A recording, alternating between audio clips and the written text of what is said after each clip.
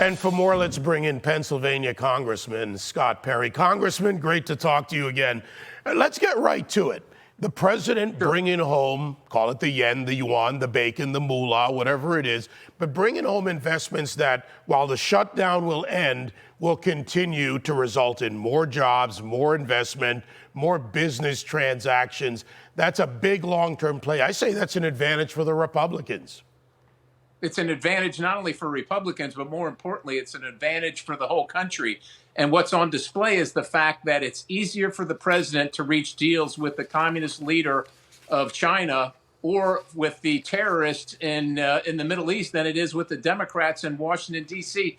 And let's not forget, this is the exact same bill that they not only voted on, but voted for in March. It was good enough in March, but now it's October, almost November, and now it's not good enough anymore. People are going hungry. And at the same time, we had a rally last week where we said, that President Trump is a king.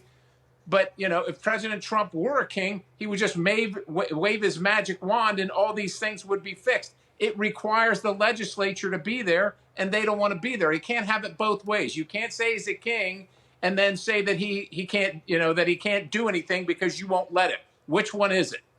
So, Congressman, there's been a little bit of talk in the last 24 hours that maybe some Democrats on Capitol Hill are starting to make their way back to opening up the government. I'm not sure if they want to make it to the 34-day deadline or record for the longest government shutdown ever. But you saw a lot of pressure today at the White House from the United Airlines CEO calling for Democrats to vote to open the government. Delta is now getting on board. In Georgia, of course, is their headquarters. 2 Democratic senators there.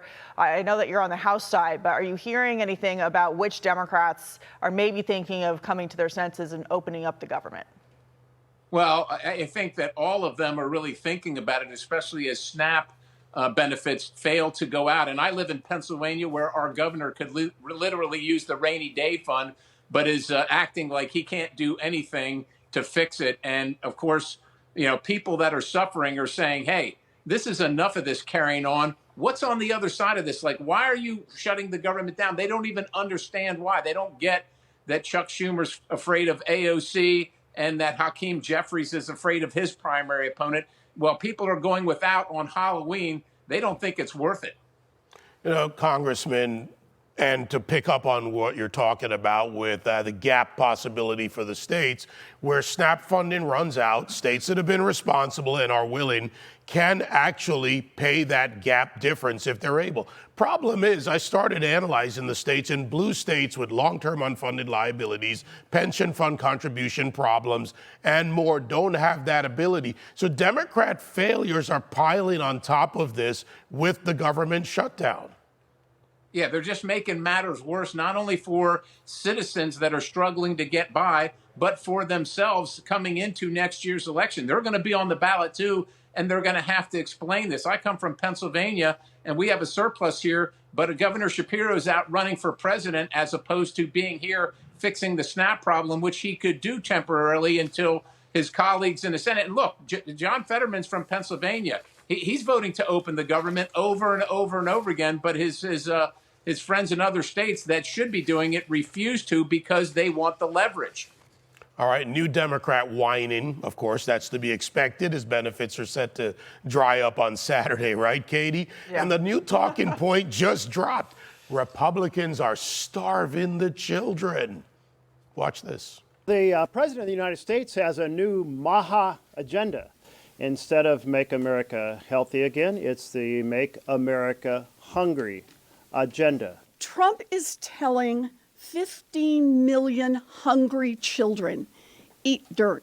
He is prepared to let millions and millions of children and their parents and grandchildren go hungry because he sees maybe there is a political gain in that. Oh, yeah? Well, they're saying the kids are hungry, but then explain the kids getting all this candy at the White House, Congressman. Well, look, it's disgusting. We passed it on a bipartisan basis in the House. If Leader Schumer doesn't want to vote for it, that's fine. Cut loose 7 other Democrats, including the one from Pennsylvania that will vote for it, and let's move on from this. We passed the SNAP benefits, the WIC benefits, paying our air traffic controllers, paying the military. All that passed on a bipartisan basis in the House of Representatives. Once again, it is the same bill that they voted for in March. If you could vote for it in March, my goodness, why can't you vote for it in October and November? Nobody understands it, least of which people in the House that passed this 41 days ago. And it's actually a Biden bill as well. So there's that part of it as well. The Democrats. Well, facts don't matter. Facts don't. How could they vote against it? It's their bill. Exactly. All right, Congressman Scott Perry, we'll see if we get to the record on the closed government. Thank you so much. Thank you. God bless you.